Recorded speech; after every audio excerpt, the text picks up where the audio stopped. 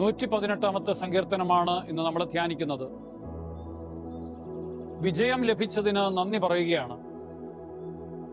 ഞാൻ ദൈവത്തിന് കൃതജ്ഞത അർപ്പിക്കുന്നു, ഞാൻ ദൈവത്തെ മഹത്വപ്പെടുത്തുന്നു എന്നത് സങ്കീർത്തകൻ പറയുന്നു. കർത്താവ് എൻ്റെ പക്ഷത്ത് ഉണ്ടെങ്കിൽ ഞാൻ ഭയപ്പെടുകയില്ല. മനുഷ്യന് എന്നോട് എന്ത് ചെയ്യാൻ കഴിയും എന്ന് സങ്കീർത്തകൻ ചോദിക്കുന്നു.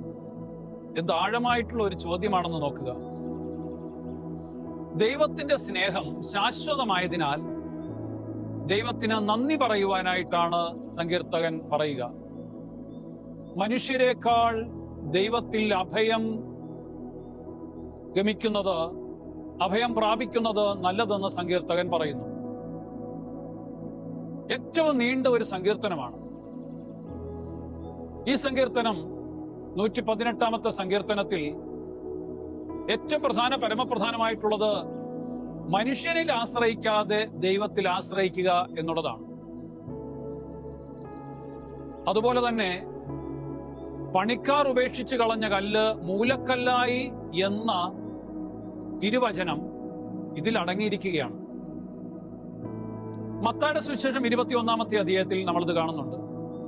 മർക്കോസിന്റെ സുവിശേഷം 12-ാമത്തെ അധ്യായത്തിൽ നമ്മൾ കാണുന്നുണ്ട്.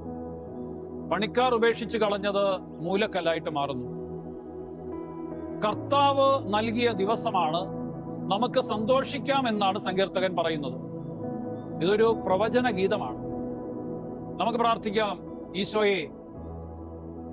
ഈശോ ദൈവനാമത്തിൽ വരുന്നവനാണ്. ഈശോ ദൈവനാമത്തിൽ ഞങ്ങൾക്ക് ആശീർവാദം നൽകുന്നവനാണ്. ഈശോ പണിക്കാർ ഉപേക്ഷിച്ച് കളഞ്ഞ കല്ലുപോലെ ഉണ്ടായിരുന്നു, പക്ഷെ മൂലക്കല്ലായിട്ട് മാറിയവനാണ്.